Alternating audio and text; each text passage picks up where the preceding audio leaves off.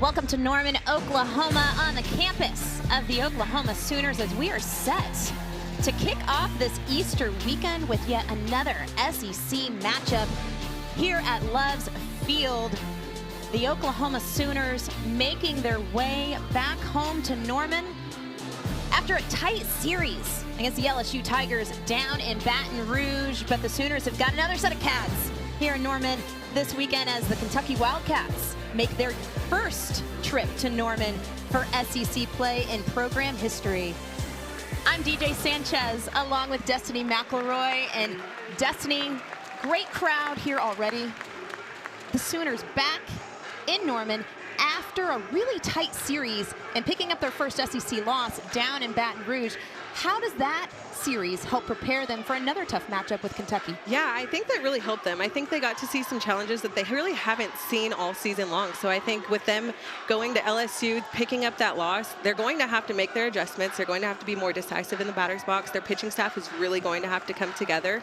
And I think that was really good for them. So challenge-wise, I think the challenge will have to be accepted this weekend.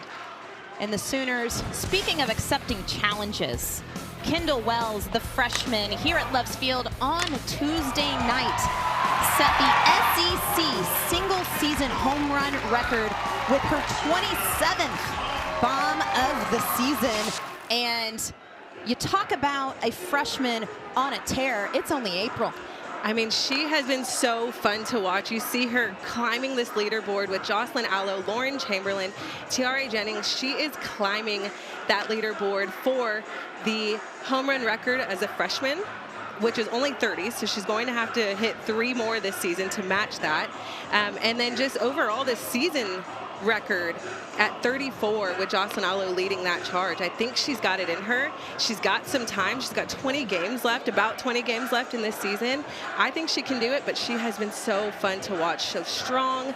I mean, we've seen home runs 304 feet with Kendall Wells. She's fun to watch. Absolutely, and just a freshman, and University of Kentucky Wildcats here at Love's Field for the first time, and started the season hot. Between February 18th and March 6th, went on a 13-game winning streak, but have hit a bit of a skid in SEC play, going 1-11, looking to turn some things around here this weekend in Norman. And let's go ahead and take a look at the starting lineup for the Wildcats. At third base and leading it off, Carly Sleeman, Allie Bloom at second, and in the 2 slot, Maddie Clark, and first baseman Carissa Hamilton this season in the 4 spot, hitting .371 with 9 bombs and 39 RBI, really leading the charge for this Wildcat offense as we are underway here in Norman. And Audrey Lowry, the lefty sophomore for the Sooners, getting the nod.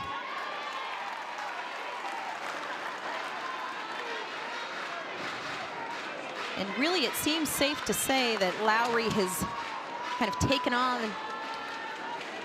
that ace for the Sooner pitching staff. Yeah, I think Audrey Lowry has really, honed in on that ace pitching. But I think with this staff really coming together, Coach Rocha being back, I think one big goal for this staff is that they have to feed off of each other. There's not many pitchers that have thrown full games. They've all kind of relied on one another to either get them out of jams or allow them to throw to other hitters and face more batters. And Audrey Lowry, the lefty, she's really done a great job of increasing her velo. I mean, she will pump the gun near 70 miles per hour. But what makes that even more impressive is how well she changes speeds, and that's really been a big piece of Lowry's development. Spins the ball well, does a great job of working east to west and keeping hitters off balance, especially those lefties, but has really, as that velo has increased, we've also seen her really hone in on that off speed. Yeah, and I think that's something we've seen across the board with all of the pitchers in this rotation is they're all really focused in on changing speeds, keeping the offense off balance. I think that's one thing that Coach Rocha has really emphasized in keeping them successful. And Sleeman takes the 2-2 right through the 3-4 hole for a leadoff single. Sleeman entering the game at 384. And trying to get something rolling here offensively.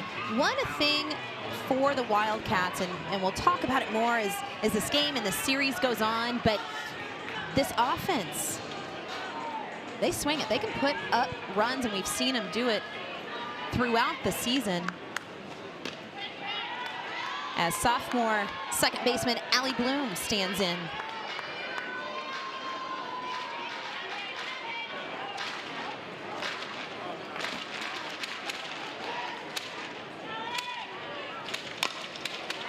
Bloom right back up the middle and call it back-to-back base hits for Kentucky to start this ball game. And talking to Coach Lawson, she had mentioned that they understand in order to beat a team like Oklahoma, you've got to put runs on the board. It's not going to be a one-run game. They've got to put some runs on the board to be able to compete and keep up in this game. So I'm loving what I'm seeing by just kind of peppering the field. Just make contact, be aggressive in the box.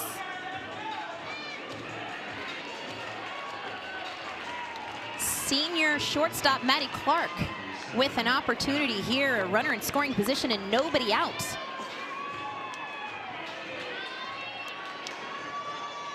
And Sleeman at second. She's got some wheels, 4 for 5 in stolen bases on the year as the bunt attempt has popped up. And Allie Bloom on first base, excuse me, with 8 for 10 stolen bases. So there's some speed.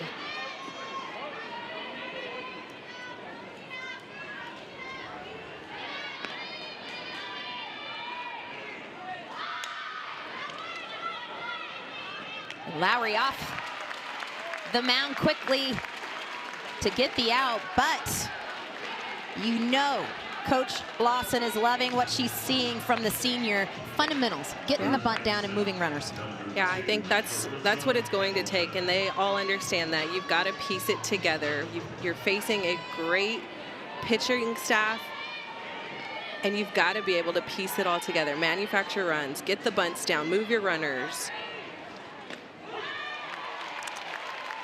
As 4-hole hitter Carissa Hamilton stands in, takes the first pitch for a called strike. The Wildcats knocking on the door here early in Norman after back-to-back singles to start this ball game.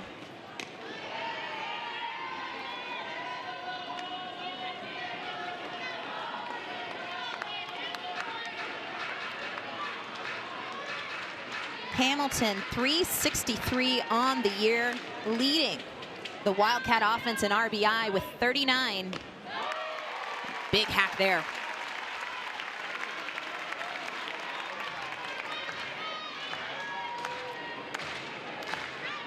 Talked a little bit about Lowry's development of the off-speed. Might be a good time for it here, Destiny. Oh, I agree. This would be a good chance to show it. A little up in the zone.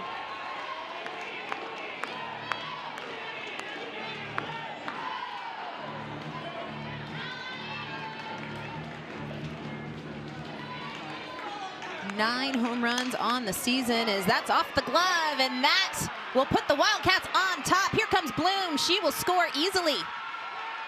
Kentucky strikes first as Carissa Hamilton picks up a pair of RBI here. Kentucky up 2-zip. And just great execution as a team overall. I mean, you're getting the bunts down by Madison Clark, Carly getting herself on, Allie getting herself on, Madison doing her job, and Carissa Hamilton just sending that ball right up the middle, making it a tough play.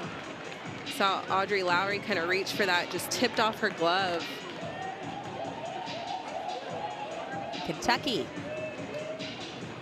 getting Coach Gasso and Coach Rocha out of the dugout early here in the first, and love to take a moment to pause here for just a minute and appreciate how much we love to see Coach Jen Rocha back in the dugout, back in the circle.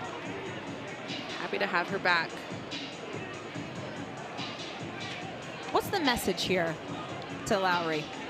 I think, you know, they're not used to this. They're not used to getting base runners on the first 2 at-bats. They're not used to having so much pressure on the defense. So I think here it's just, keep the ball in the zone, keep the ball down in the zone, get comfortable, find that confidence, trust your defense. Coach Jen Rocha getting huge cheers from the crowd, and rightfully so.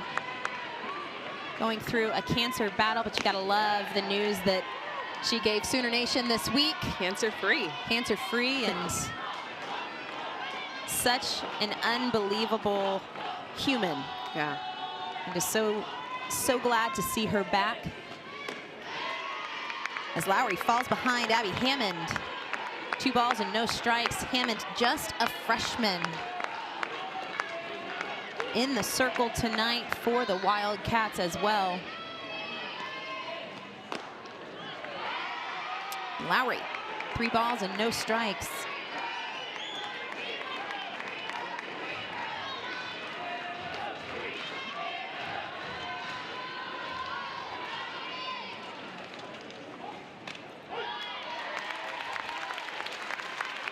I will say this, if you are Coach Lawson, you've got to love what this offense has come out and done.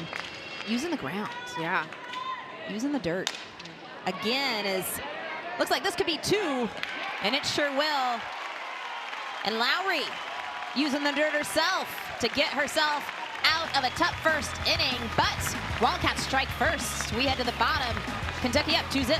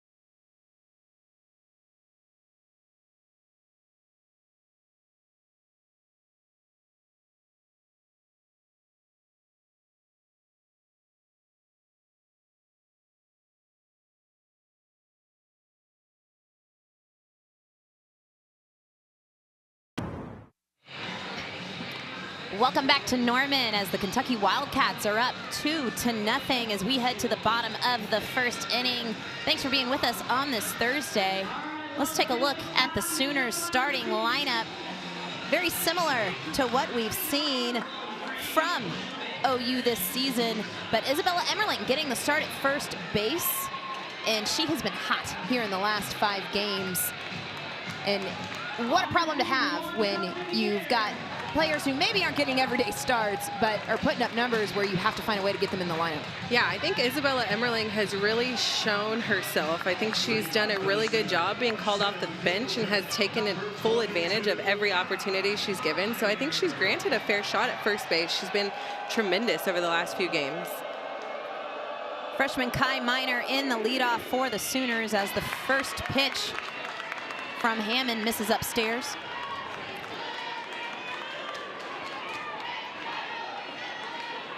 Abby Hammond, just a freshman, making just her second SEC start. And if you talk to this coaching staff, a lot of confidence in the freshman and what she can do.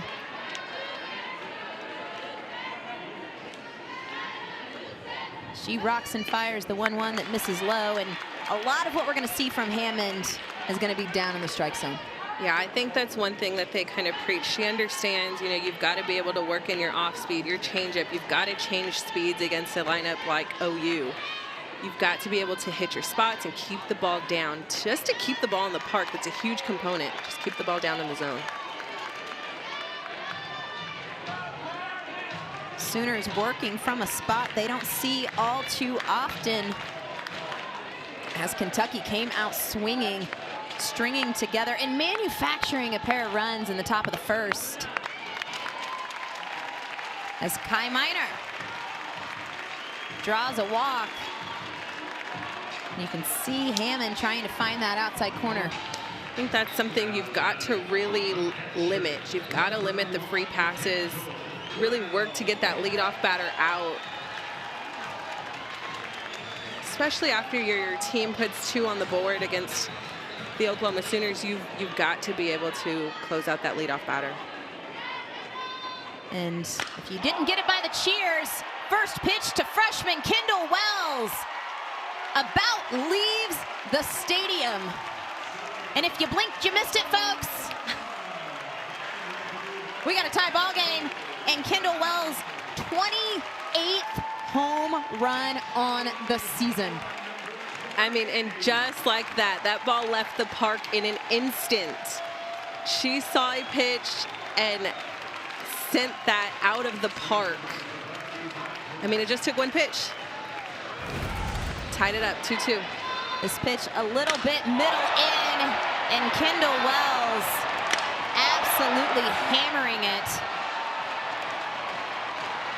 275 feet to straightaway center field, and the freshman, should we even call her a freshman anymore? She doesn't play like one. No, I mean 79 miles per hour off the bat. Inching closer and closer to that Oklahoma freshman home run record. Has already set the SEC single season record and is adding to it at this point. 6 from the OU single season record.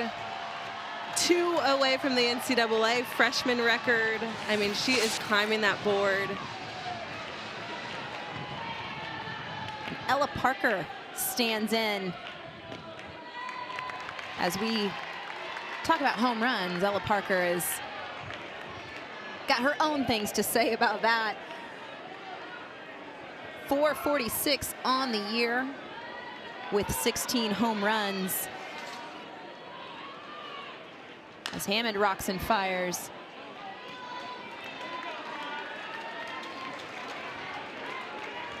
And this is where Kentucky has got to battle. Again, putting up the 2 runs to start the ball game. Very good at-bats from Kentucky in the top of the first. But you called it, Destiny. Walking that leadoff batter, following up the pair of runs is a little bit of check swing, and they're going to say she went. Good off-speed pitch from Hammond on the lower half.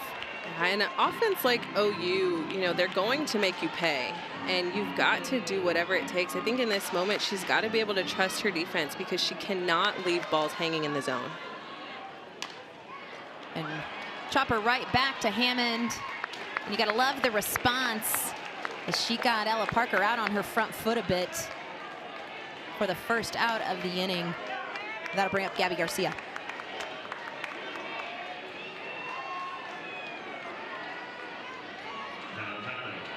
The shortstop, number 42, Gabby Garcia. Garcia, just a sophomore after a tremendous freshman campaign. Another off-speed pitch, and Coach Rachel Lawson calls the pitches from the dugout for Kentucky. And we had the opportunity to chat with her before the game, and I just sat there and kind of admired for a second. I go, I'd love just to sit here and talk pitching with you for a little bit. I'm gonna have to be quick, and good play by Carly Sleeman. And just like that, 2 quick outs as Hammond has settled in. Really working that off-speed pitch and getting these Sooners out on their front foot.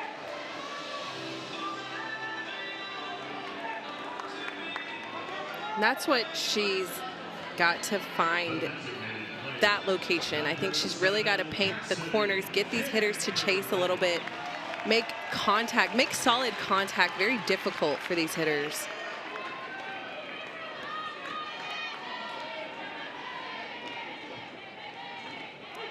That'll bring up Cassidy Pickering.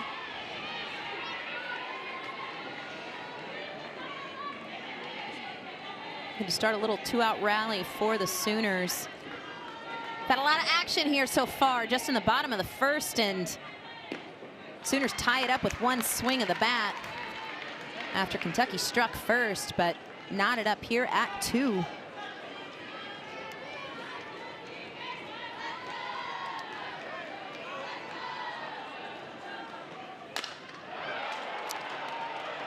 Pickering taking the ball the other way, and I held my breath there for a second because you could see it just fading. It was really close down that line. We talked about Abby Hammond mixing speeds. We saw her get a chase on a pitch low and away, drop ball coming in at about 65 miles an hour to Gabby Garcia, getting her to chase a pitch outside the zone.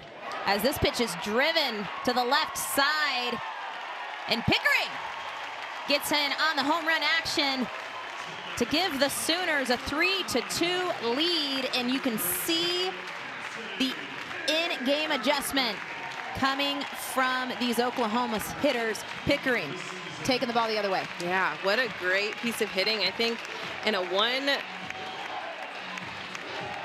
she had 1 ball, 2 strikes, and with that, you know, you're kind of looking like, okay, we may see a change here. You want to be able to understand that the pitcher has that advantage. And in that moment, Cassidy made her pay. She left that ball up in the zone, seeing it so well. And Hammond, you could tell by her reaction, knew it off the bat. Does such a great job of working that drop ball. Did not quite get that pitch up in the eyes of Pickering. And just as quickly as the Wildcats struck to start this game, Oklahoma has taken the lead. Bring up Isabella Emmerling, the senior from Martinez, California. Hammond, the backhand, and that'll do it, but not before the Sooners take the lead by way of the freshman Kendall Wells, knocking her 28th home run of the season. We're headed to the top of the second.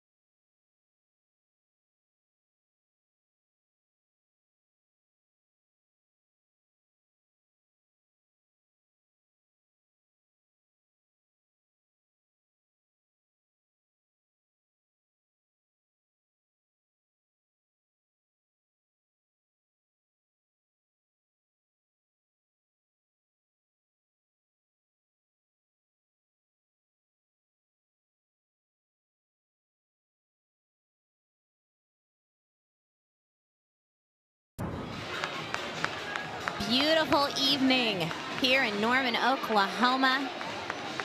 I'm DJ Sanchez along with Destiny McElroy. A lot of action here to start this ball game and to start this Easter weekend. Great turnout. You can tell a lot of people don't have to go to work tomorrow. Lots of fans in attendance. Great start to a ball game. 2 and 3 runs put on the board. Audrey Lowry back to work, set to face the 6, 7, 8 in this Wildcat lineup. And Destiny, you mentioned it. We saw 2 runs quickly get put up by Kentucky to start the game. Oklahoma answered back, but you couldn't talk about more different ways to score runs than what we saw in just the first inning alone. Yeah, we saw some great execution from Kentucky. And then we saw a free pass kind of handed to the Oklahoma Sooners, and then just one pitch, put them right back on the board, tied it up. Alexa Riddell, another freshman in this Kentucky lineup.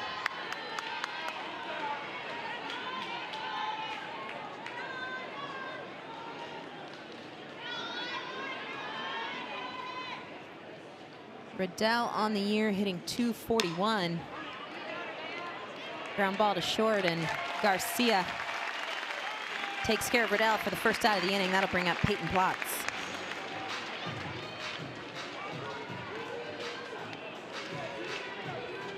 The right fielder, number 37, Peyton Plotz.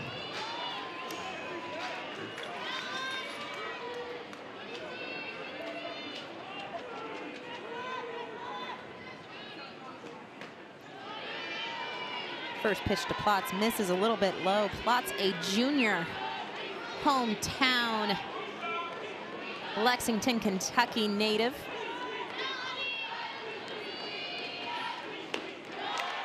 Nice pitch up in the zone from Lowry.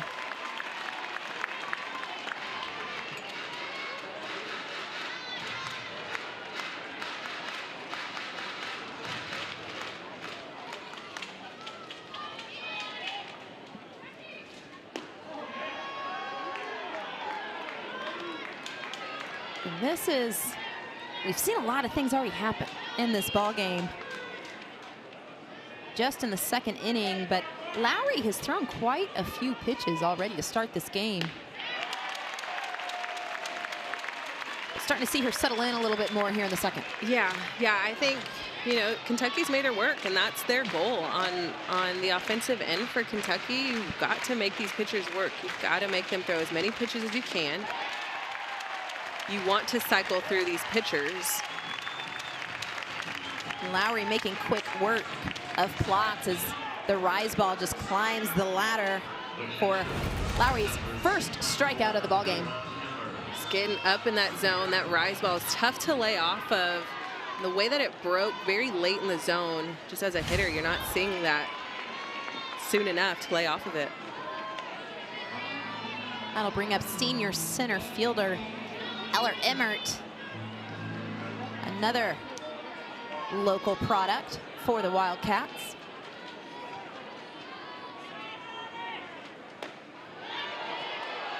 Good take there by Emmert, and you can start to see Lowry really tempting these hitters with that rise ball up in the eyes.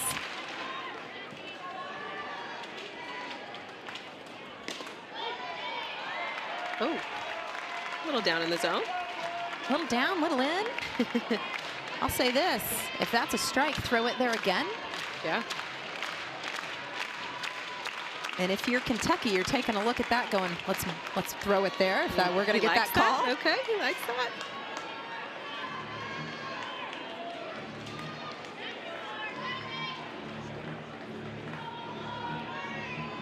Two quick outs for Lowry, trying to put this second inning away.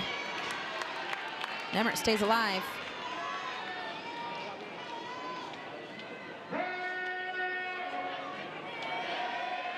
It's got to be a good feeling as a pitcher when you know your offense is capable to have your back that quickly. Yeah, she's got a great defense behind her. Gabby Garcia is one of the best shortstops I've seen. Agbayani just gets after it, covers so much ground. She's so quick. Over at third base, not seeing Nelly. It's a little different. It's been a while, but she has been great over at third base. And quick inning for Lowry. as she freezes Emmert on the outside corner. Back-to-back Ks. We head to the bottom of the second. Sooners up 3-2.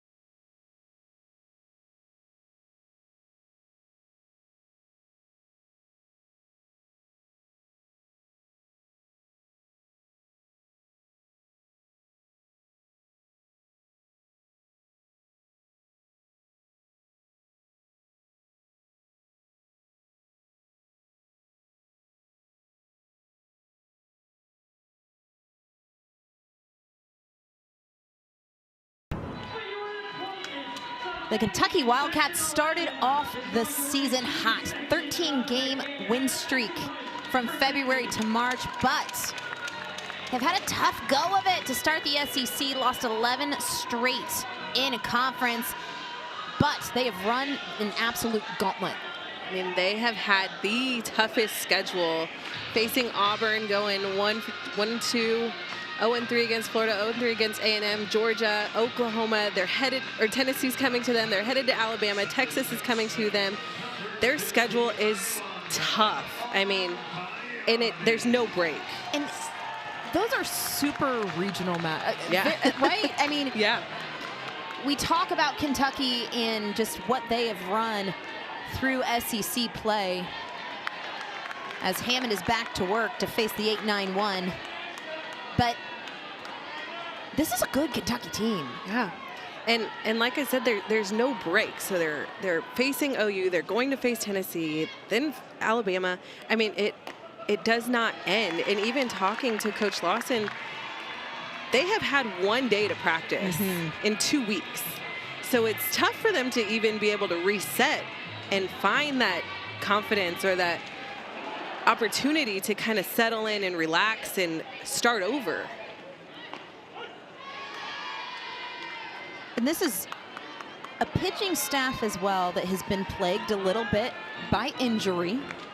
And Hammond, just a freshman, making her second SEC start, but has really done a good job in the opportunities she's had, and nice change of speeds there to Agbayani. But if you look at some of the adversity that this Kentucky team has had to face, when you just talk about some of the injuries that they've had. As that ball is launched to center field off the wall, Agbayani trying to make it a double, and she'll do it. As Emery Donaldson played it well off the wall, but Agbayani, leadoff double to start the second inning for the Sooners. Agbayani has really been a table setter in this lineup. She's seeing the ball really well, but she has the capability of dropping a bunt down. She's got some power. She's stretching doubles. She's able to send them out of the park. She is a true table setter, but she's quick on the base paths. She's able to get to second base. Just a strong ball hitter, player. yeah. Absolute ball player. And great on defense. Yes.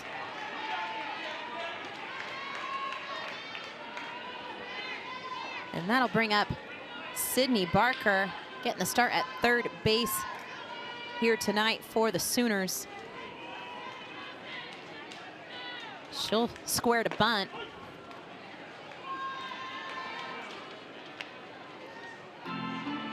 See the lead from Agbayani at second, trying to read the defense and see how hard Carly Sleeman was going to crash.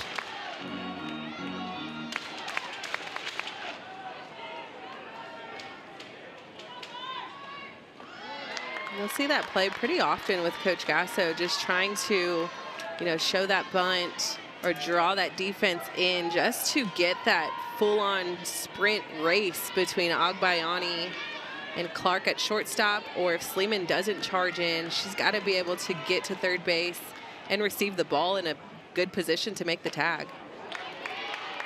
Nice location from Hammond, but just misses a bit inside, and Barker in a hitter's count here, 3 balls and a strike.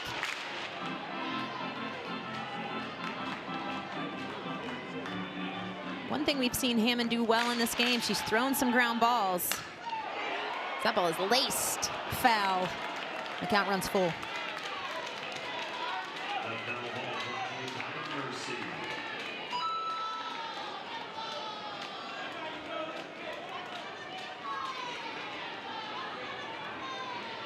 We touched on this a little bit in some of the adversity that this Kentucky team has faced, mostly with injuries to the pitching staff. Carson Fall, Haley Nutter, Sydney Langdon, all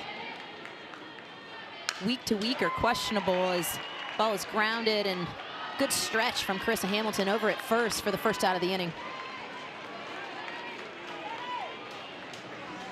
In that instance, I think that's an opportunity for Barker to just do a job there. You've got to move your runner in that instance. You've got to work the other side of the field. You've got to do something different there. I think that's what Coach Gasso is really looking for. Sydney Barker has played a great third base. I think that's kind of her role in the lineup, is to just kind of execute, keep the momentum alive, move your runners. Another change of speeds to the senior 9-hole Abby Dayton. And we touched on it a bit, but Kentucky starter Abby Hammond, we've seen 2 home runs leave the yard, the leadoff double here by Agbayani. But we have also seen the freshman make some really good pitches and throw ground balls. Yeah, I think that's got to be your goal. Your goal has got to be, when facing an OU lineup, is be able to mix your speeds, but keep the ball in the yard and trust your defense. Roll up some ground balls. Haven't seen a ton of balls up in the zone to kind of force some fly balls, but keeping it down in the zone and trusting your defense is really all you can do against this lineup. As Ella Emmert makes her way out to have a chat with her pitcher, and in speaking with Coach Lawson, really high on the senior catcher Ella Emmert and just the leadership qualities that she has for this team. And the senior captain, you've got to take a lot on as a catcher, especially when you've got a pitching staff that's plagued with injury and you're really relying on some freshmen. Yeah, you've got to be able to be that voice of reason, the calm one in this situation. Pitchers can be calm, Dustin. Yeah, I'm sure, DJ. It's a thing. They're out there. When you're looking to your catcher, keep you sane. We've heard some great things about Emmert behind the plate, just that vocal leader. Another ground ball out, and gonna try to roll it, but Agbayani gone as soon as she saw that ground ball to the right side. And that'll roll it back over to the top of the lineup for Oklahoma. And Kai Miner, an opportunity here for a 2-out RBI. Number 22, Kai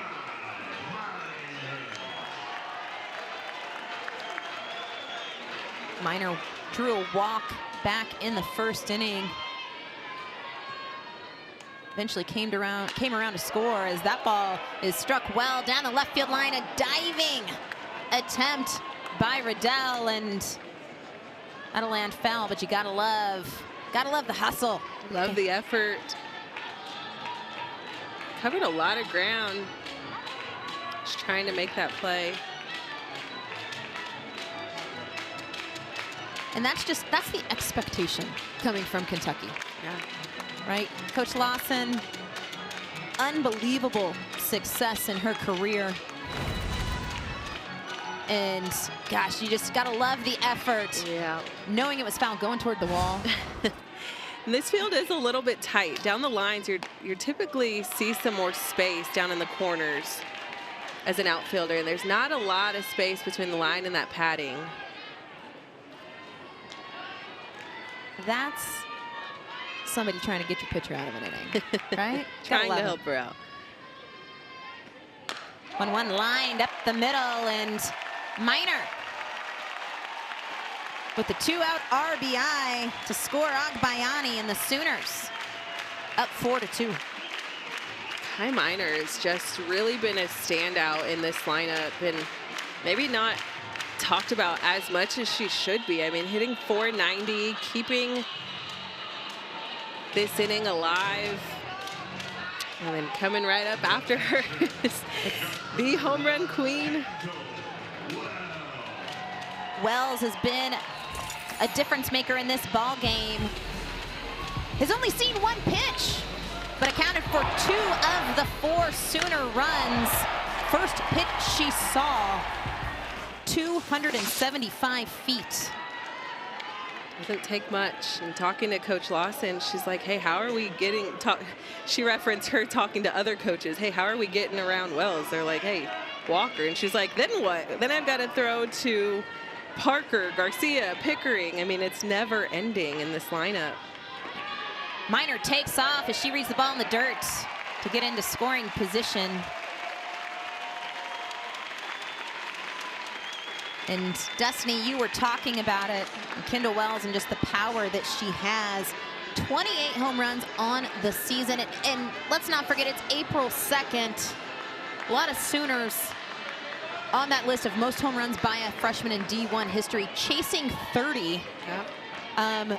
We're not out of the realm of possibility of seeing that this weekend. Yeah. With the pace that she has set, and that sounds outrageous. Yeah. That is not a knock on Kentucky pitching in any way, shape, or form. No. That is just At what the rate, her success rate, you are. it's what she's done all season. Yeah, that's accurate. I mean, Against elite pitching. yeah. The 2-1, nice location coming from Abby Hammond out off the plate and getting the chase of Wells. That's a really nice pitch. Drop ball outside. Expect to see Hammond to keep the ball down here, trying to minimize the damage.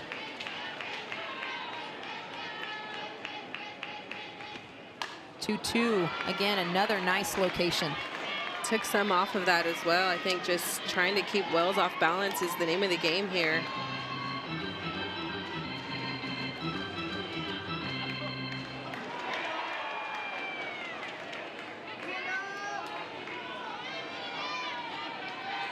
Twos all around.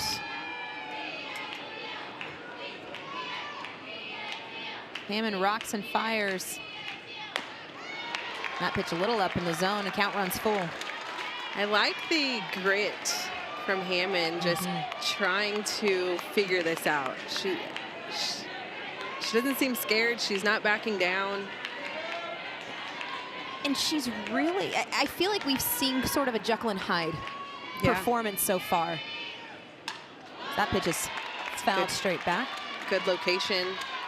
But we've seen some home runs, right? We've seen the long ball, 4 runs early in this ball game, but we have also seen her make some really good pitcher's pitches. Yeah.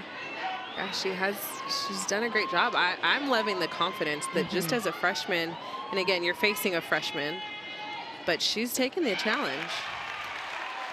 A good at bat by Kendall Wells to draw the walk. And when you feel like you got a base open,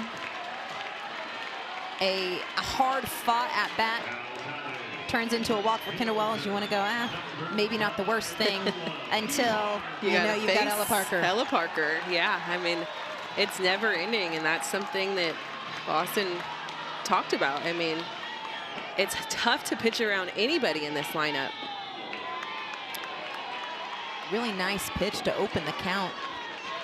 Looking at the home runs just throughout the lineup, there's a minimum of 5 home runs in this lineup. So anybody can do it.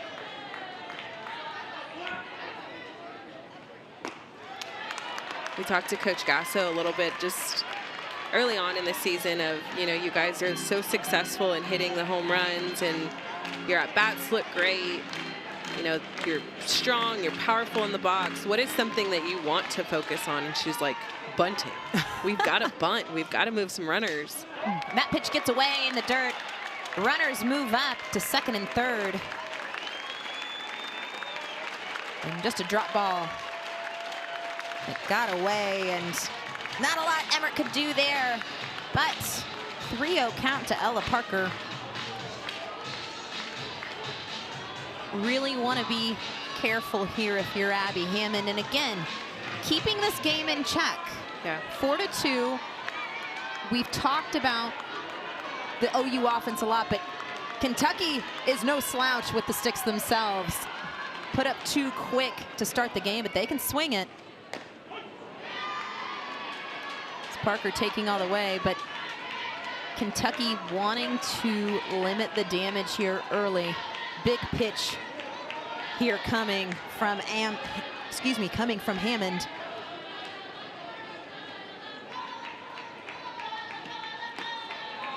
Pre-1 off speed and back-to-back walks will load it up for the sophomore Gabby Garcia. Gabby is a very clutch hitter. 50 RBIs on the season, .922 slugging percentage.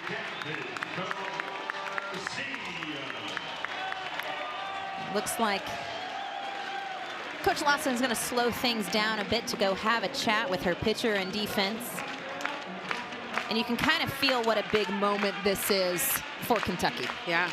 Yeah, I mean, if they can get out of this, not only would that, you know, keep them at the 2-run deficit, but that's going to bring some momentum into their dugout, get the excitement rolling, get the confidence up, get them excited for their next at-bat. A little bit of action down in the bullpen for Kentucky. But Coach Lawson gonna stick with the freshman. You gotta love the confidence, but more than that, you gotta love the challenge to Hammond. Yeah, I agree. I love that she's willing to stick this out. I love that Lawson has the confidence in her to leave her in this moment. This is a huge turning point. I feel like even in her career. I mean, if she can get out of this, that will be huge. Nice location on the outer half, and you can see a little bit of frustration from the captain, Ella Emmert, behind the plate going, where'd that miss? It didn't miss by much, but just a bit outside, and nowhere to put Garcia. Grounded out to third base in her first at bat. Another pitch. Just not catching that corner, and 2-0 count here for Garcia.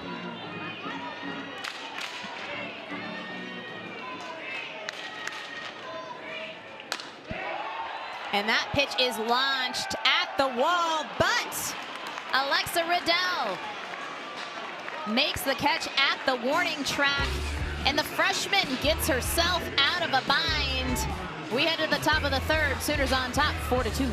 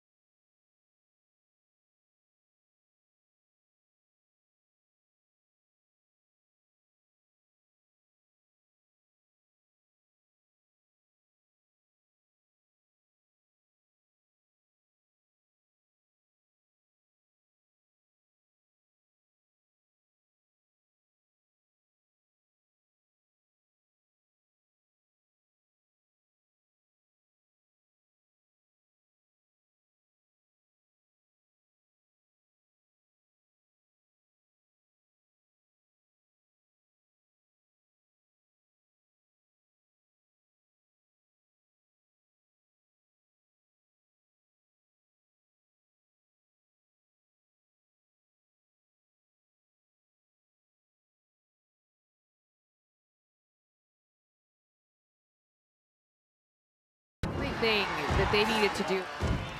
Want to mess around with this OU. Stanford firmly in control. Huge weekend for Florida State.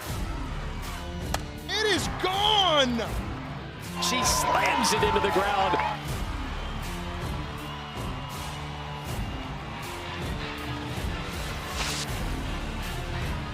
Big matchup for the Sooners coming up next weekend as Oklahoma is slated to head down to Austin to face the #1 ranked Texas Longhorns.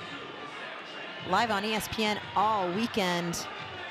But you gotta love all this SEC top 10 matchups. It's a normal thing in the SEC. Week in and week out. And you know both of these teams have felt it going through this conference schedule. It does not matter who you play, where you're at, there is no break. Not a single break in the regular season, but it puts them in a good position to be ready for postseason. I will say that.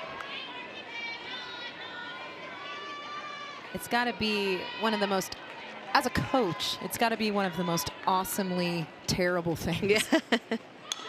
And Donaldson squares to bunt. They're going to say it was foul. Man. Kendall Wells popped out quickly. Barehanded, got rid of it. Quick heads-up play. Man. Donaldson trying to find her way on base any way she can. And Destiny, you already talked about it. Kendall Wells popping out, barehanding it. And fires to first. I mean, what a beautiful play on a foul ball, but shows the athleticism back there. That's what you do, right? There was zero hesitation. Zero. Of Wells popping out from behind the dish, and this ball's grounded, and Barker eats it up, and that'll take care of Donaldson and roll it back to the top of the order for Kentucky.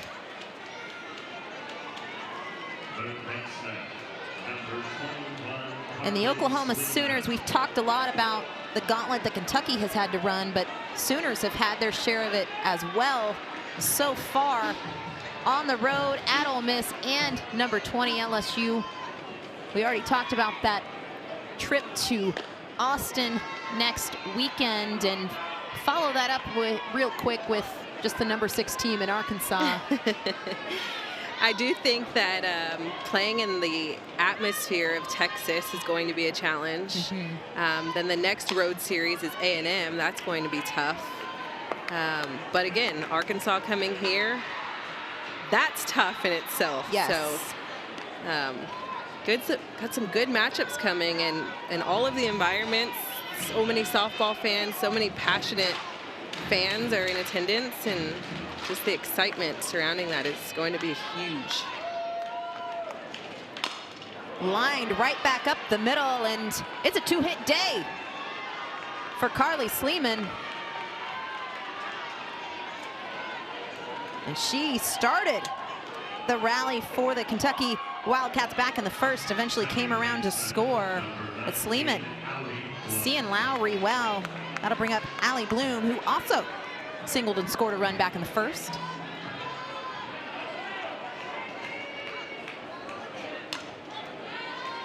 Big hack from Bloom. I'll say this, the 1-2 in this Kentucky lineup, taking really good swings. Seeing the ball well off of Lowry. Yeah, I mean, I think they're doing exactly what they're supposed to be doing.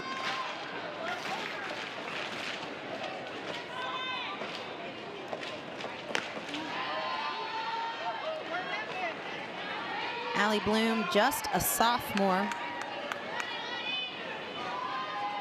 Hitting .371 on the year.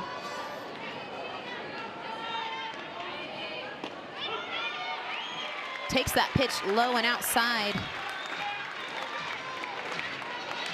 Go to a ball and 2 strikes. And one thing we saw the top half of this Kentucky lineup do well was use the ground.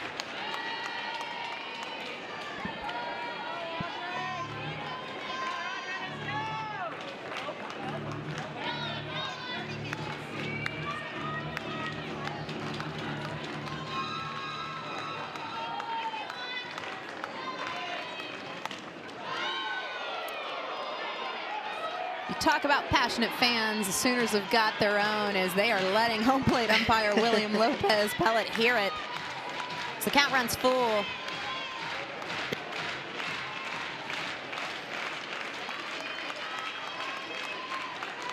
Three-two.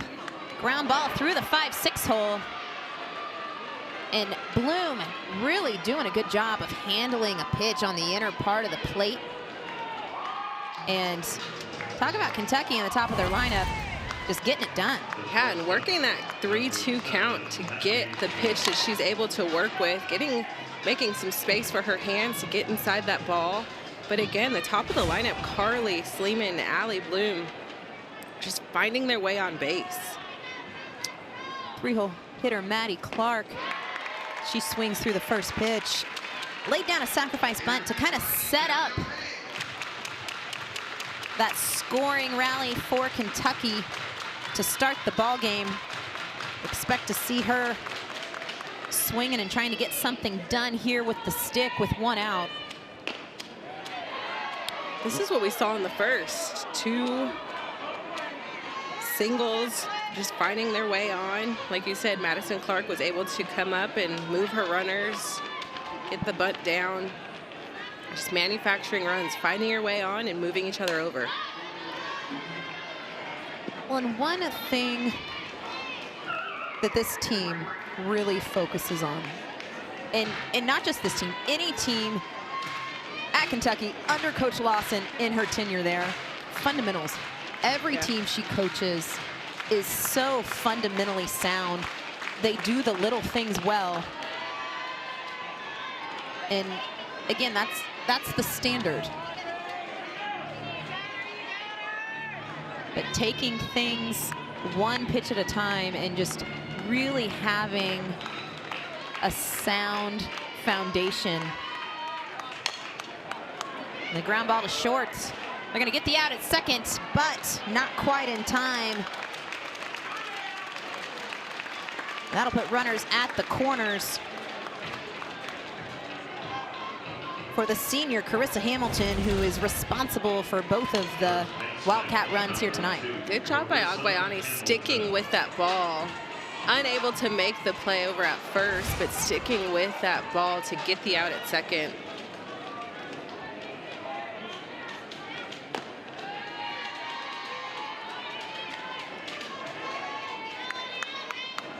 Hamilton singled back in the first to drive in both of the Kentucky runs.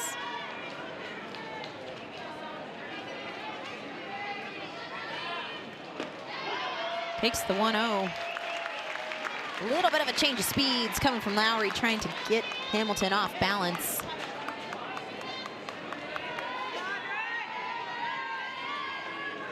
And Maddie Clark at first will take off, 6 for 6 on the year on stolen bases.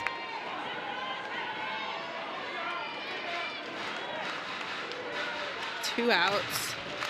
Not necessarily a good time for first and third plays, but you're reading my mind. You Destiny. never know. You never know.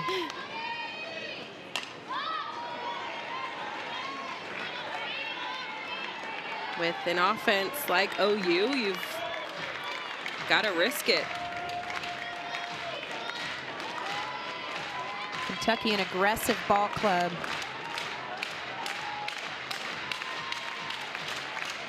Stolen bases up and down the lineup. The 2-2 is skied high to right field, but Kai Minor's going to take it in the gap, and that'll do it. Lowry works out of it as we head to the bottom of the third. Sooners up 4-2.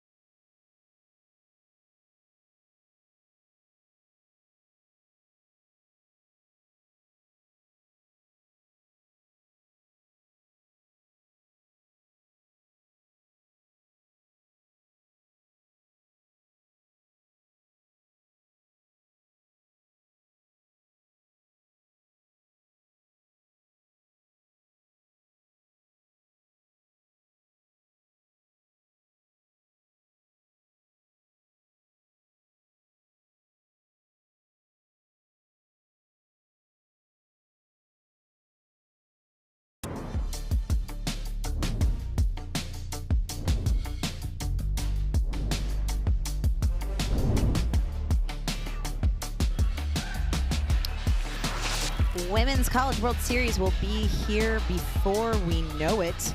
Oklahoma City, the softball capital of the world.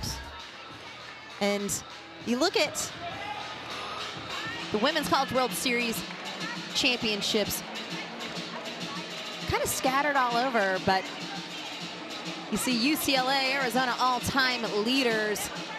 But since 2000, Oklahoma has dominated the Women's College World Series, picking up 8 national titles since the year 2000. And the word dynasty is what comes up when you talk about Sooner softball. Yeah, decade of dominance is what their tagline has been.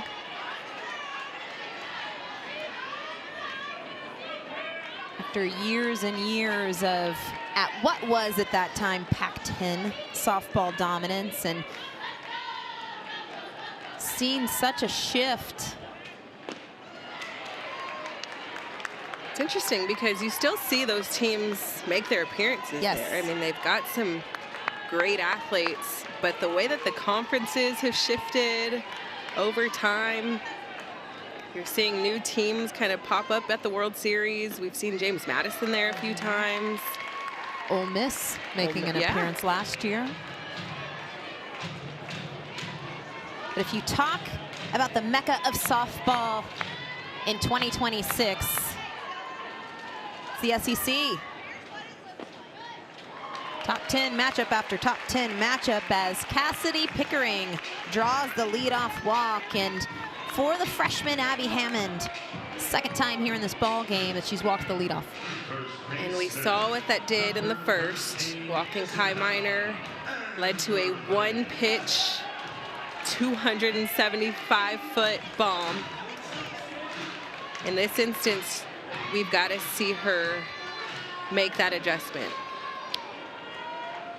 Isabella Emmerling stands in, and the walk to Pickering marks the 4th walk delivered by Hammond here this evening, and a little out of the ordinary. I mean, in Destiny, only 16 walks for Hammond coming into this ball game, 4 here early on, just in the 3rd here tonight.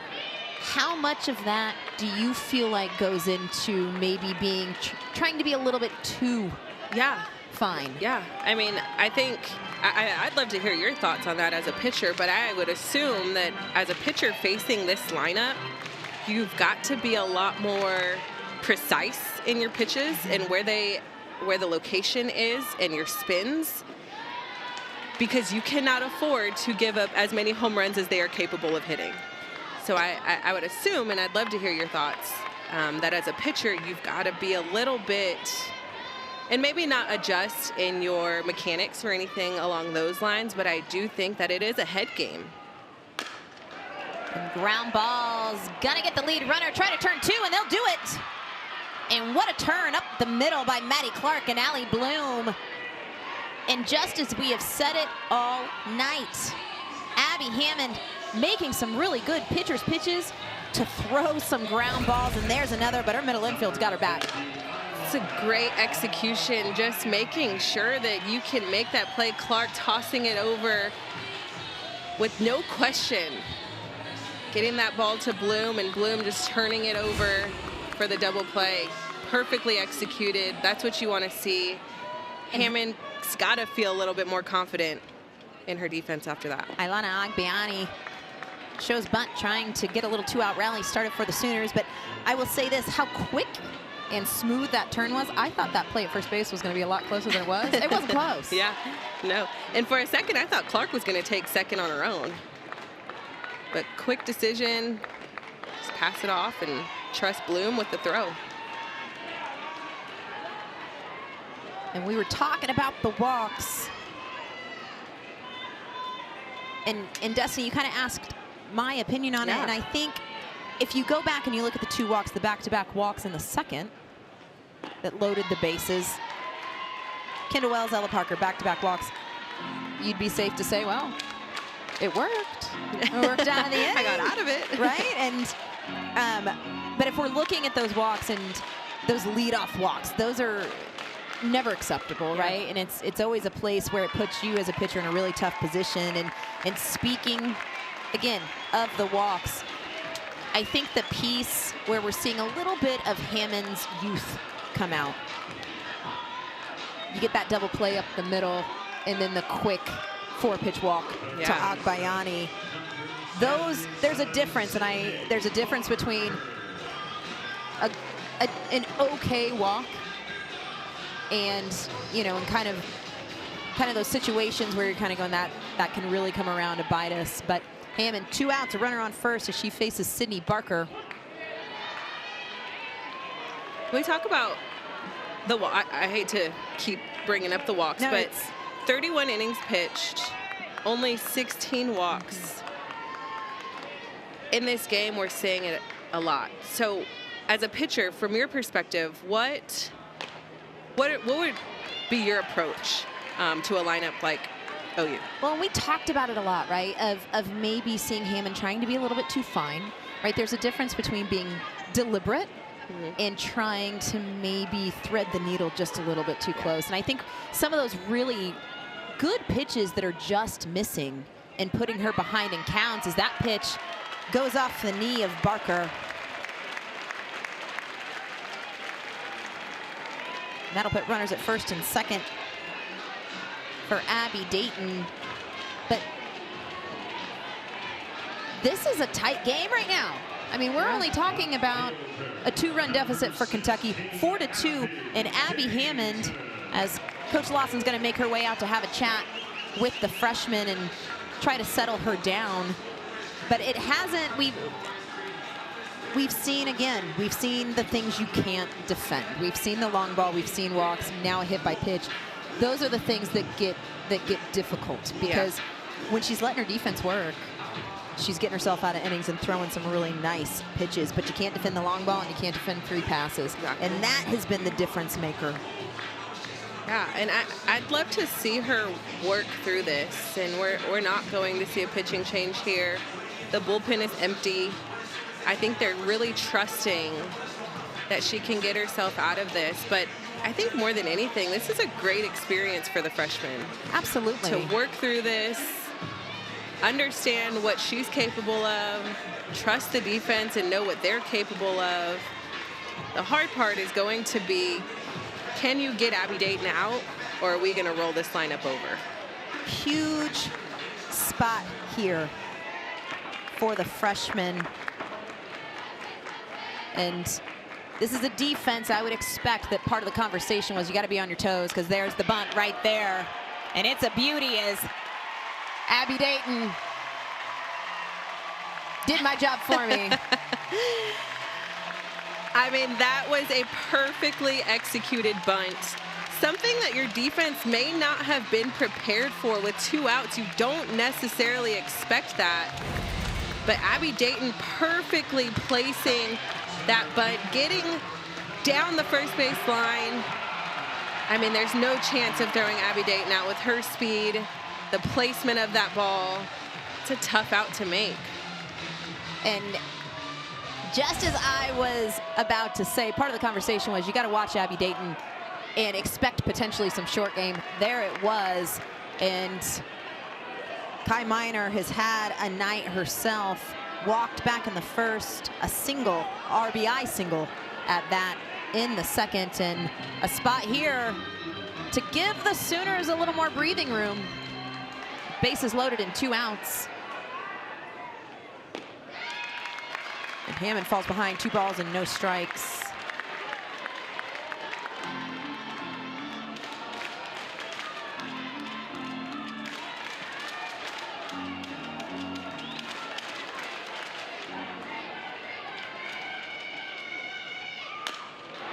Ground ball up the middle.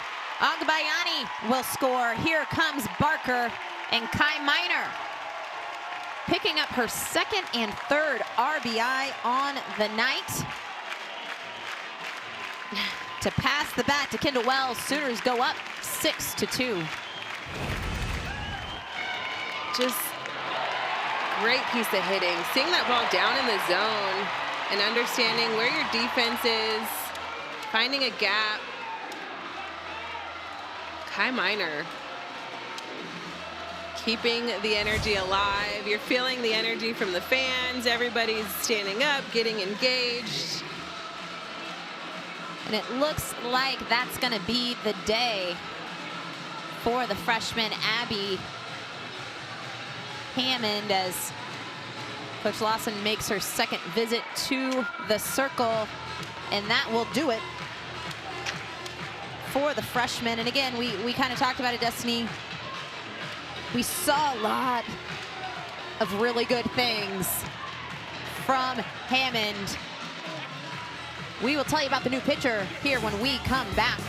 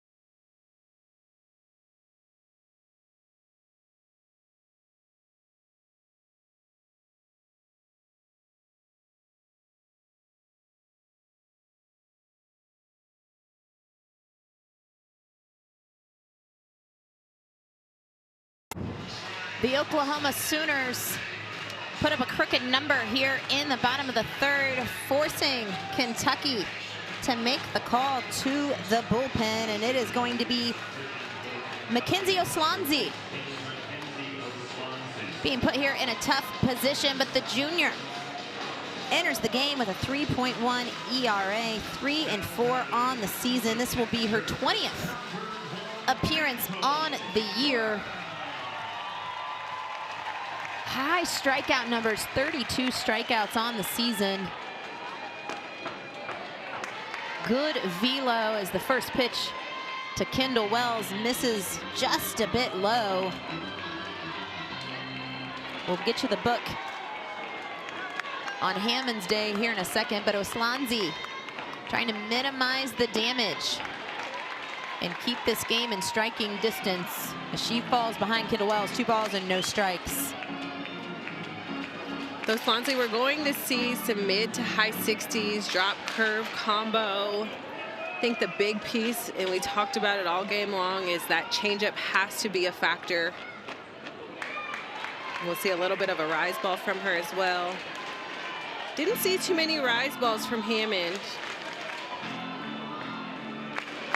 And one thing this pitching staff really tries to do is they try to work the ball down. You're going to see that drop ball work down in the zone, but one challenge as Kendall Wells is called back, and the count goes to 3 balls and a strike. And one challenge that has been made to this pitching staff is to really utilize the upper half of the strike zone. And this is a pitching staff that works well left to right, but also being able to change the eyes and work up as Kendall Wells draws her second walk on the night to bring up Ella Parker. Bases loaded and 2 outs for Parker. I think mixing the eyes is a big piece of this, but I also think that that's more so the danger zone. You cannot miss. If you're going to work up in the zone, you've got to make sure it leaves the zone and you're getting these hitters to chase. And that pitch gets away from Emmert.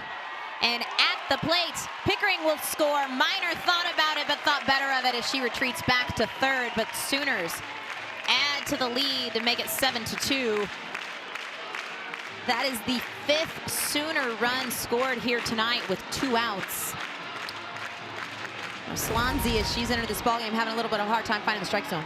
Yeah, I think you've got to be able to find the zone, not only because you're facing a really difficult offense, but you've got runners on the base paths.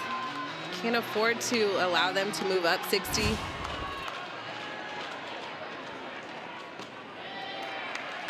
Oslanzi behind, 2 balls and no strikes.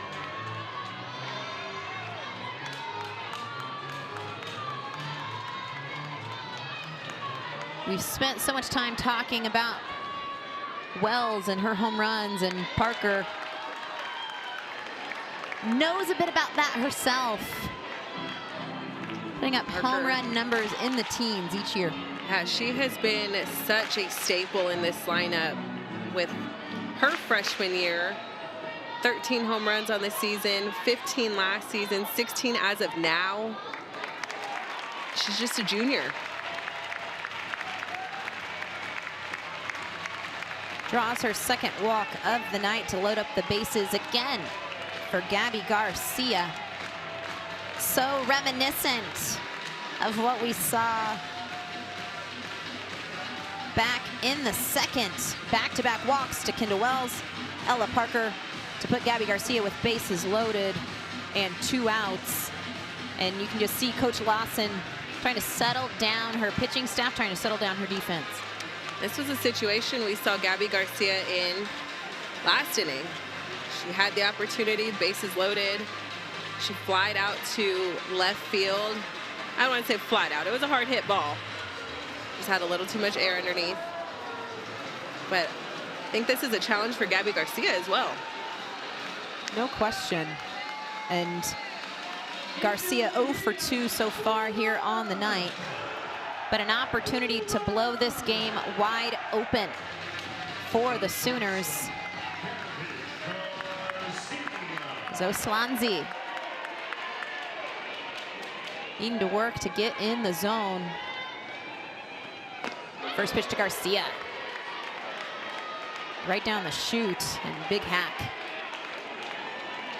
And, you know, it's not often you get to have the conversations of home run leaders by a season, but Gabby Garcia in that conversation herself, 16. And those numbers are unbelievable because they're double digits of so many athletes in this lineup. What's wild is if you look at those numbers and just the gap between Kendall Wells and the rest of the team. I mean, it just talks about, I mean, we can talk over and over about the tear that she has been on. But Gabby Garcia, 16 home runs on the year. Ella Parker Pickering. And you can see Gabby Garcia taking good swings in the box, and Oslanzi trying to find any way to stop the bleeding here for Kentucky. OU now at 139 home runs on the season.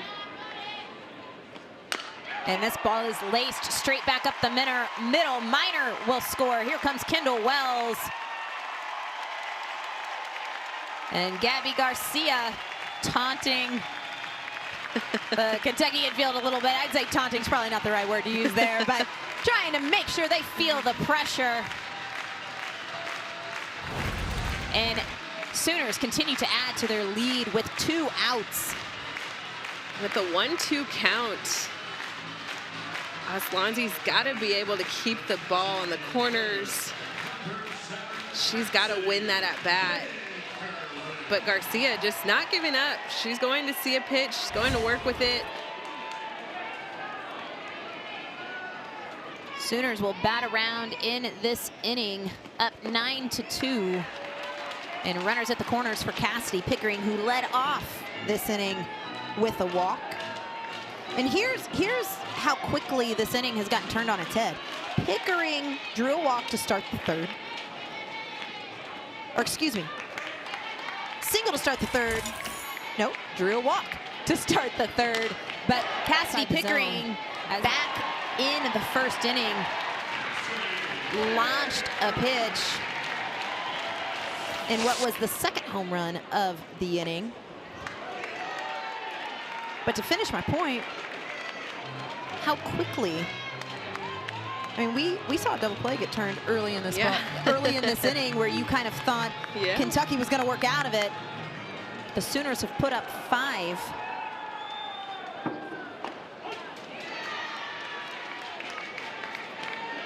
Very successful 2 outs this game. And that's something that as a defense, you've got to focus in on that and not let this happen. Fly ball to left center field, but Riddell is there to grab it for the final out of the inning, but not before some damage has been done. Sooners put a little bit of a gap on top, 9-2.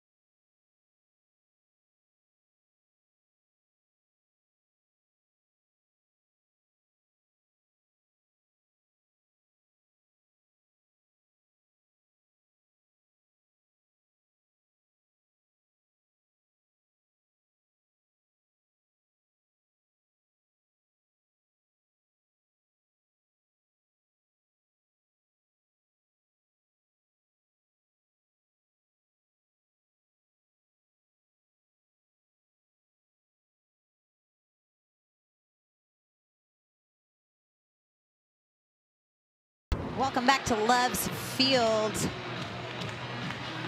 And we have seen a lot of action in this ball game. Kentucky took the lead early, putting up a pair of runs in the first, but the Sooners answered back quickly as this game has progressed. Oklahoma putting up 7 of their 9 runs with 2 outs. Just incredible. I think that goes to show that they don't stop. They are pedal to the metal. The outs don't matter. You're getting in that box. You're doing your job. You're executing.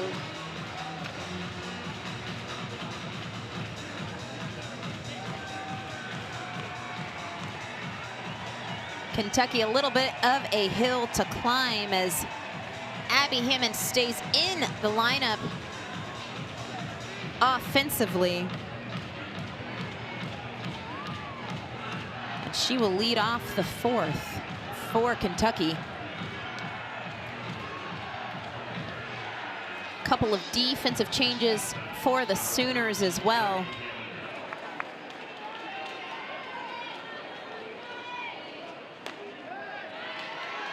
The first pitch to Hammond misses a little bit upstairs. Cheney Helton checks in for the Sooners in right.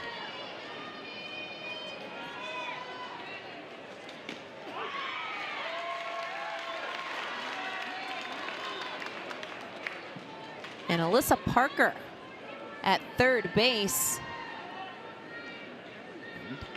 Parker, the freshman, can do a little bit of everything. We've seen her nearly everywhere. Yeah, this freshman class is truly amazing. Alyssa Parker, I've seen her play third base, first base. I've seen her pitch.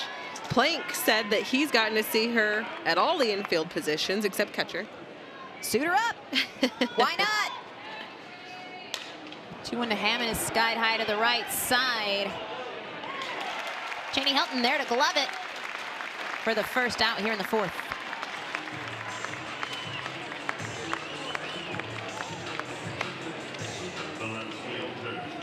Going to bring up left fielder Alexa Riddell.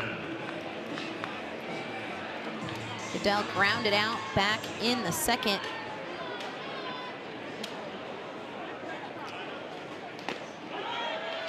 Cheney Helton getting her opportunity in right field, and looking at her numbers, I mean, she's got 4 home runs on the season.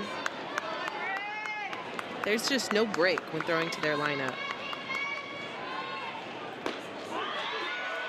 Lowry fires the 0-1 and quickly gets ahead of Riddell. No balls and 2 strikes.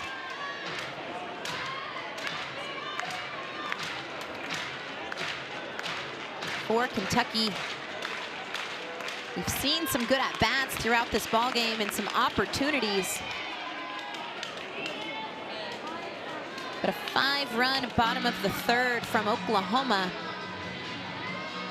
Let's put them in a 7-run deficit here in the 4th. But again, this is not a Kentucky team that will roll over. This is a team that fights. And, you know, if you look at it, as that pitch is struck well right at Cheney Helton, out and right, and the Wildcats know that Cheney Helton just got in the game because they're finding her quickly. Good swing on the ball, but second out here for Lowry in the 4th. And Helton just doing a really good job playing her position well. Seeing the ball well, reading the spin off the bat.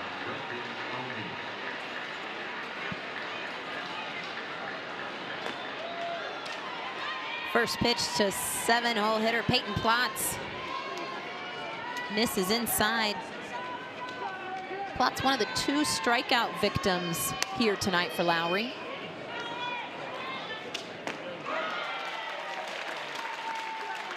Took a little off that one.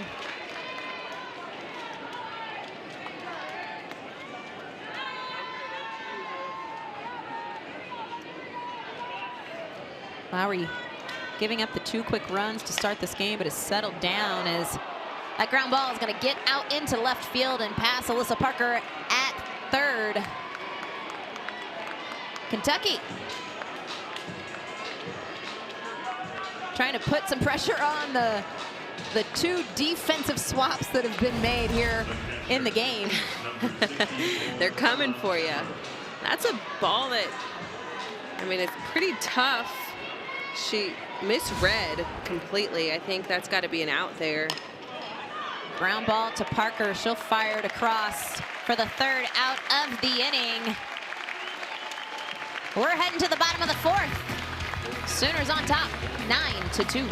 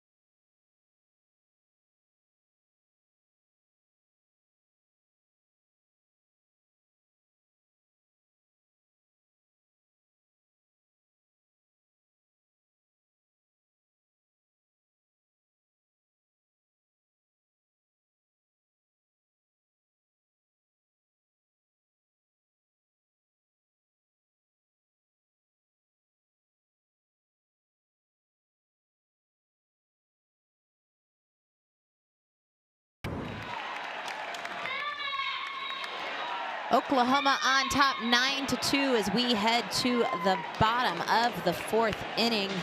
I'm DJ Sanchez along with Destiny McElroy. How quickly this game took a bit of a turn. You rewind about 30 minutes ago and in the bottom of the 3rd inning, this was a 2-run ball game, and Destiny, we're at a point now where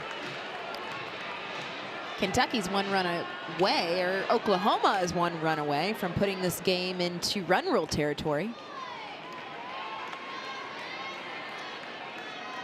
I feel like it kind of happened so quick as we're going to see Lexi McDaniel get her opportunity here. A little bit of a check swing on the off speed, and they're going to say she win as the count goes to 1 ball and 1 strike. McDaniel on the year has seen some spot starts, but hitting .453 and has really done such a great job in that pinch hit position or coming into big situations in the box. As I said, .453 on the year, 23 RBI. These numbers are insane from the freshman. I mean, 8 home runs from the freshman. Let's not slouch at that for a minute. yeah, no, Right? and I think That ball's grounded to the right side, and Bloom will take care of it, and McDaniel's retired for out number 1. for a player like Lexi McDaniel, I mean, her opportunities are limited, not for any reason other than there's not a lot of options to play in this lineup. You've got your starting 9, you've got, and it all makes sense. So when you're getting your opportunities, she has really stood out. She's done a great job with very limited opportunities. Agbayani takes the first pitch she sees for a called strike, and Lexi McDaniel marks the first leadoff out that Kentucky has taken care of in this ball game. That's a big deal. We talk about the free passes. Agbayani came up in the second with a double. But I think that's what they've been missing, that leadoff out to kind of set the tone. Swansea rocks and fires, and nice location on the outer half. Just misses for ball 2.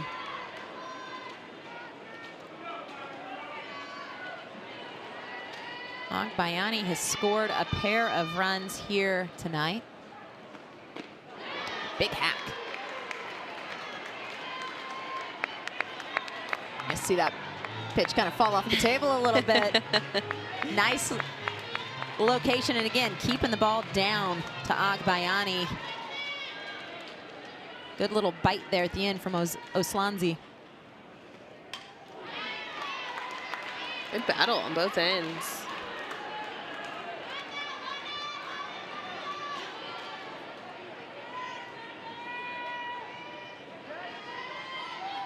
Oslanzi has good velo.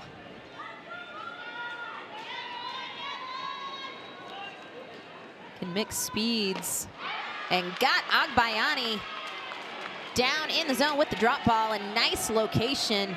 First strikeout delivered from Wildcat pitching here tonight. Really mixing pitches here, different locations, different spins. Agbayani got a good mix, good sequence there. 2 quick outs here in the 4th by Oslanzi to bring up Alyssa Parker, getting her first at bat here in the ball game. The Oklahoma native.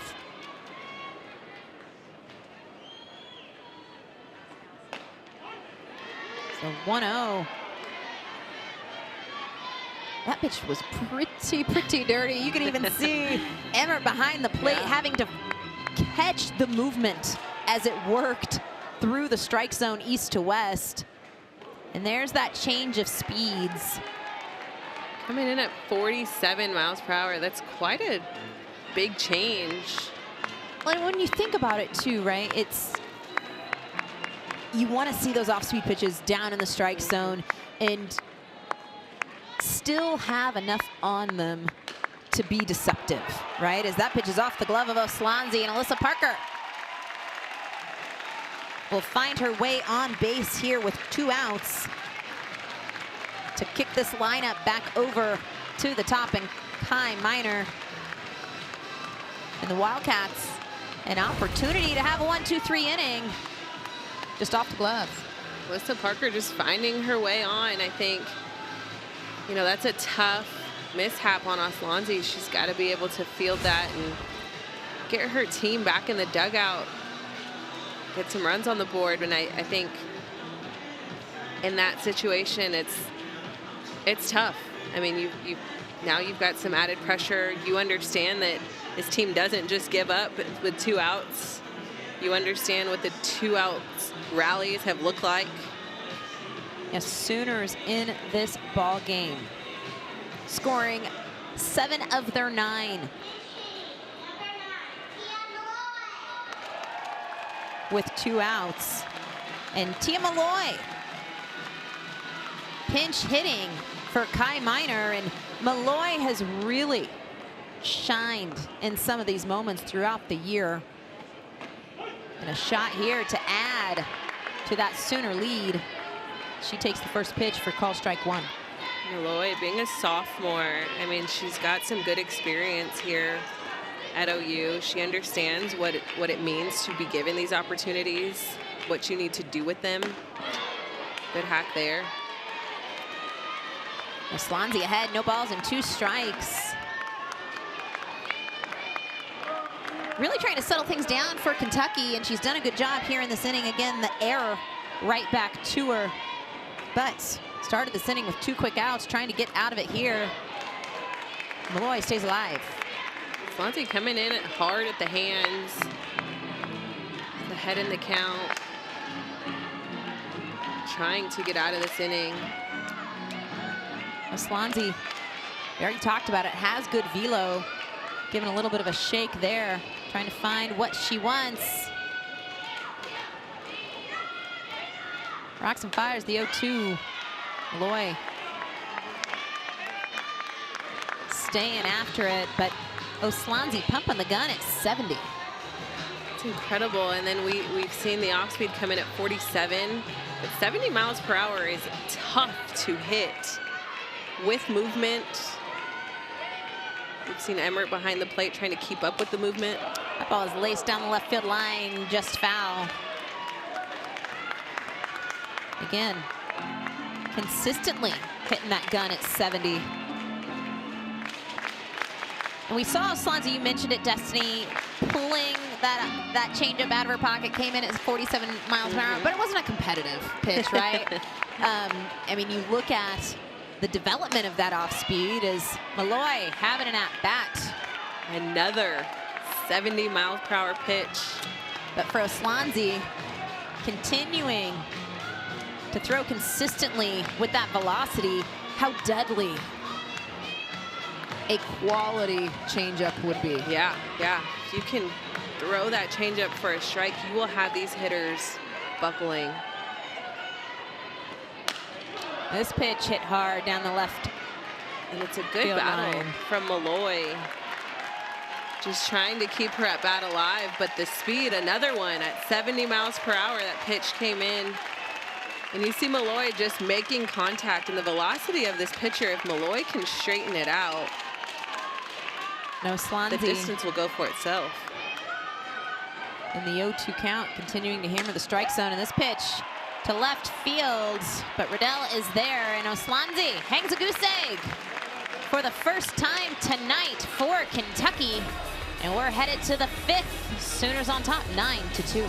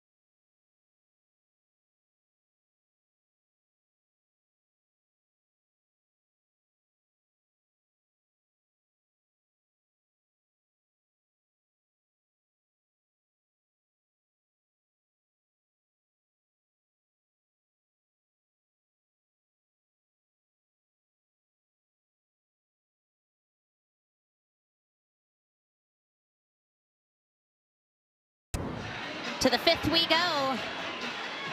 Great crowd here tonight. 3,843 in attendance. Not bad for a Thursday. Not bad for any day. Packed house here tonight at Loves Field in Norman, and that will be the day for Audrey Lowry. But Destiny, how'd you feel? I mean, giving up the 2 runs early, 3 hits in the first inning, 2 runs in the first inning, but hung zeros the rest of the way out. How'd you feel about the way she adjusted? Yeah, I think she made that adjustment. That's exactly what Coach Rocha wants to see from her. She came out, she understood what happened. She bounced back completely throughout the entire rest of the game. She handled herself confidently. She handled her pitches very well. She had great command. I think Coach Rocha saw what she needed to see out of Lowry. I think she had an outstanding performance. 5 hits total off of Lowry in this game. 3 of those came in the first inning. But Berkeley Zakay coming in out of the bullpen. And Zakay on the year, 2.74 ERA. Her 8th appearance on the season. Does not have any decisions yet, but has come in out of the bullpen in different types of situations. 7 2/3 inning on the year, but Zakay has got some really good stuff. Yeah, she's got a really good fastball. She's going to paint the corners. She does have a changeup, and I think that's always something we talk about with Coach Rocha. This staff has got to be able to keep hitters off balance, and we'll see some changeups here tonight. And that's one of those pieces, especially working with young pitchers. Okay, just a freshman, but we've talked about it throughout this broadcast, but the development of a competitive and quality off speed that you can throw in any count, as the 2-2 is fouled back, but such great potential. She's got great velo. That pitch came in at 67, pitch before was 68.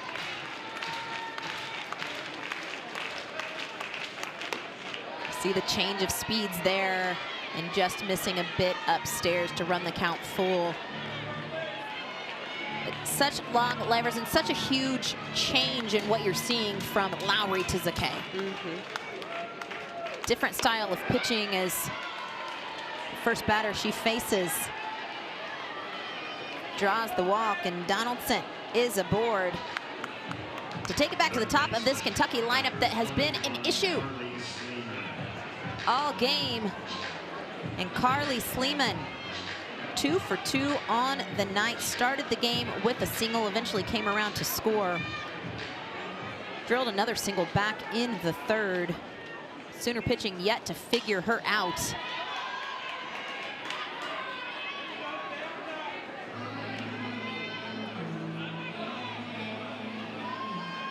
Sleeman, the junior,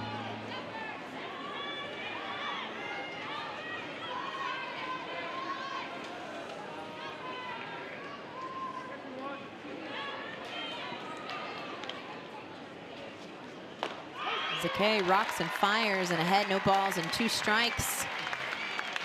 The changes for the Sooner lineup continue as Lexi McDaniel has stayed in the ball game and moved to first base.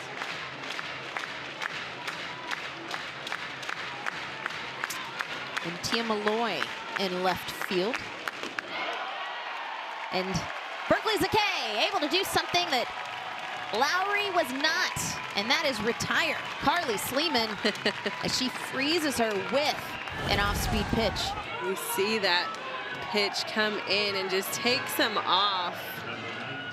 Excellent location, good movement.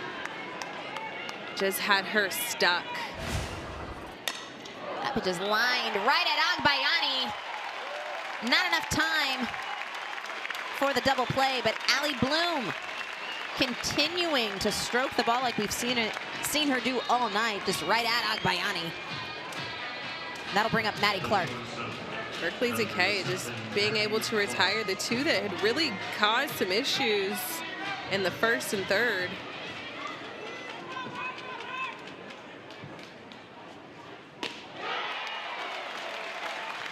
And there's that off speed, and Zakay pulling that out of her pocket.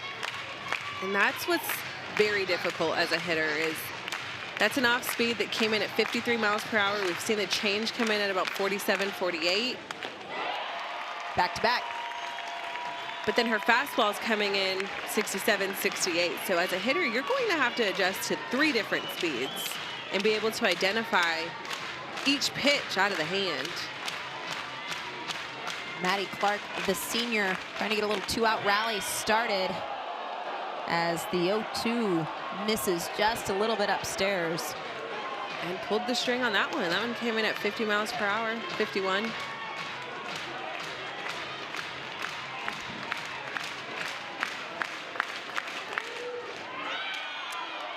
Good take by the senior Maddie Clark, reading that pitch just a bit down. Showing some senior discipline. That's a tough pitch to lay off of with 2 strikes.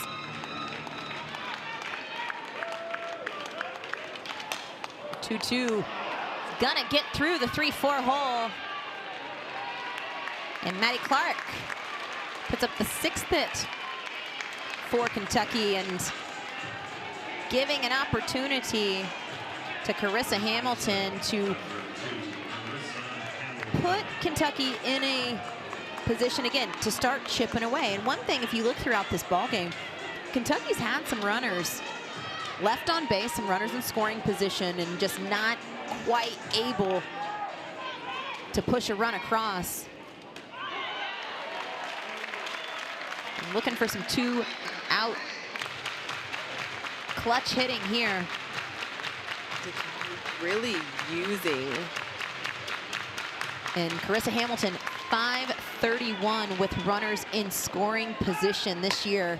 And that pitch is hit well, but also well out of play.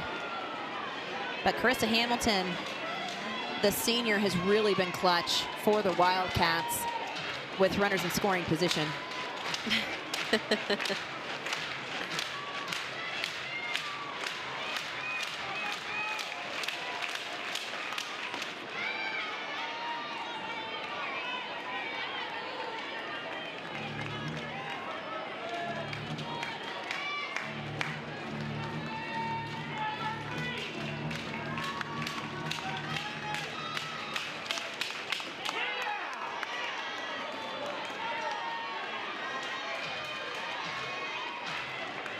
Big spot here for Carissa Hamilton.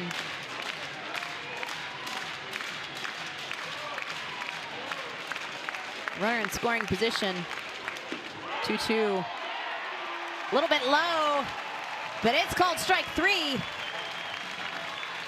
as Zakay takes care of business. We go to the bottom of the 5th. Sooners up 9-2. BK, ESPN is now the home of MLB.tv. So all out-of-market games, live or on demand, plus all your favorite sports on ESPN. We need to tell the people, Carl. We're doing it right now. ESPN is now the home of MLB.tv. All out-of-market games, live or on demand, all in one place.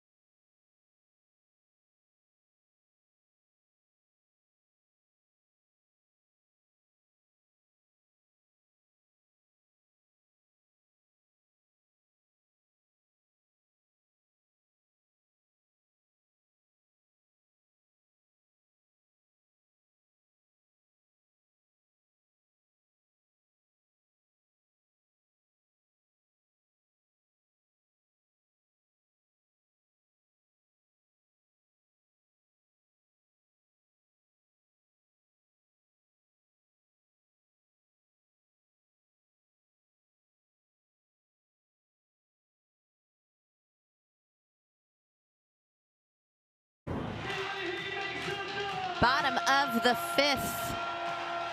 Sooners on top. 9-2, and lots of games going on this Easter weekend. We're gonna head start on the ball games around the SEC. Tennessee took down South Carolina 3-1. And Texas A&M just edging out Georgia 3-2. LSU run-ruled Missouri. And Texas took it to number 5, Alabama 9-1. And those are the final scores we've got around the SEC on this Thursday evening. I'm DJ Sanchez along with Destiny McElroy. Tried to call you DJ. Changing names.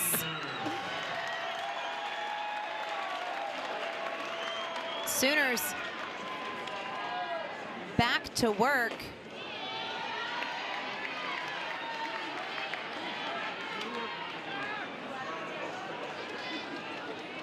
Is Kai Minor.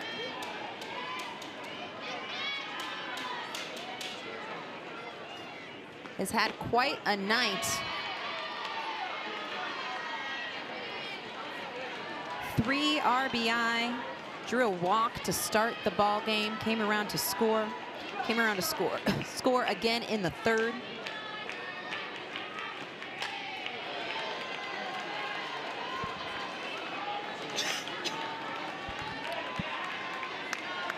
Roslanzi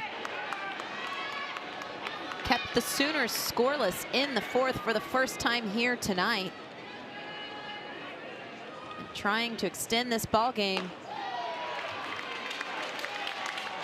And I will say this, Oslanzi, since entering, has really settled some things down for Kentucky, and Kentucky knocking on the door in the top half of the 5th. And I wouldn't feel right not to say that there wasn't a little bit maybe of a tough break. Yeah, I feel like she's kind of changed the tone of the game. For the Kentucky Wildcats, I think she's gotten in the circle and kind of had a sense of calmness, maybe slowed the game down a little bit. A 3-2 ground ball. It's gonna have to be quick, and Minor called her 3rd hit of the night as she's got an infield single. And not a lot Maddie Clark could do. Fielded it clean, got rid of it quick, but Minor just getting down the line. Yeah, I mean, she did everything she could do. I think in that instance, it's tough with Kai Minor being such a triple threat. You can't necessarily play her as a slapper. So Clark just being deep in the hole. That ball had one too many bounces. She fielded it cleanly, got rid of it, just not in time. Minor representing what would be the game-ending run in this ball game as Kendall Wells laces the first pitch she sees down the right field line. Kai Minor easily at 3rd base, and it's runners at the corners, nobody out for Ella Parker. Kendall Wells just being able to work all sides of the field, see the ball on all sides of the plate. It's an outside pitch, just sending it right back where it came from, down that first base line.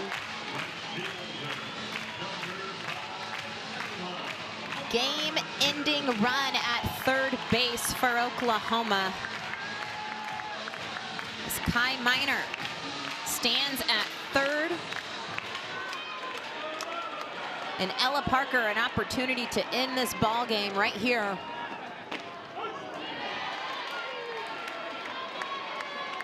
And Oslanzi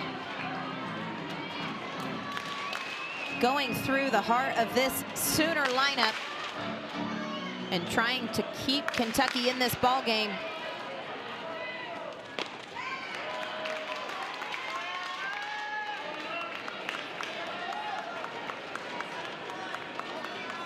Parker 0 for 1 on the night, has drawn a pair of walks.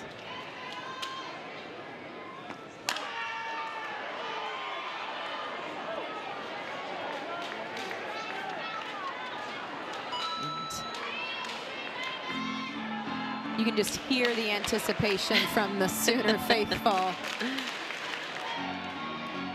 And Parker on the year, 410 with runners in scoring position in a big spot here. It's a good pitch. Got 2 strikes. One ball. You got to use that pitch to your advantage. I think that was a solid location. Trying to get Ella to bite that pitch up in the zone. 2-2 is struck well. Going to be foul into the Sooner bullpen.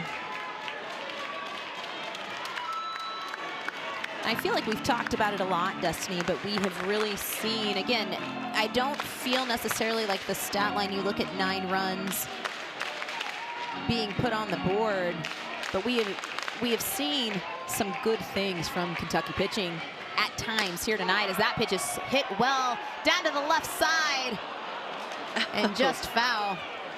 Riddell gives chase. It's a good battle. Ella Parker just continuing to foul it off. But Aslanti doing a great job in the circle, continuing to fight. 2-2 count.